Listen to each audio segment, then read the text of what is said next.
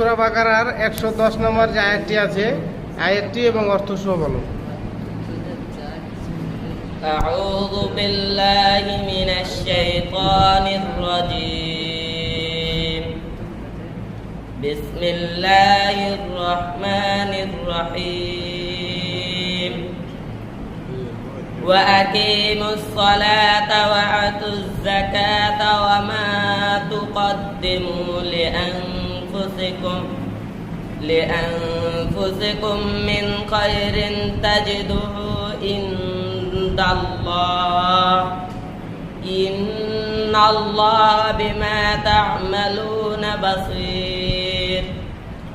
অর্থ, তোমরা সালাত কায়েম করো এবং যাকাত দান করো। তোমরা উত্তম কাজের যা কিছু নিজের জন্য পূর্বে প্রেরণ করবে তা আল্লাহর নিকট তা পাবে। তোমরা যা করো তা আল্লাহর তার দ্রষ্ট।